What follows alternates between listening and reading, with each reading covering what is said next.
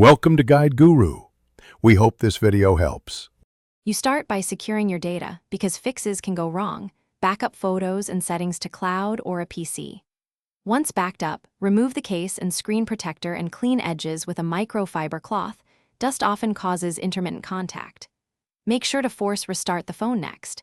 That clears temporary software glitches and resets drivers.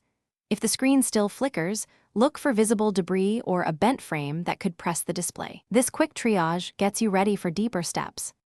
Once done with physical checks, focus on software causes. Update the operating system and all apps, then reboot so updates take effect. Next, boot into safe mode to see if a third-party app is causing the glitch. If the problem stops, uninstall recent apps one by one. Make sure to calibrate touch input and set brightness manually. Disable adaptive or auto brightness features, which can introduce flicker. Also clear display-related app caches. This can resolve driver-level conflicts without hardware intervention. Now move to hardware verification.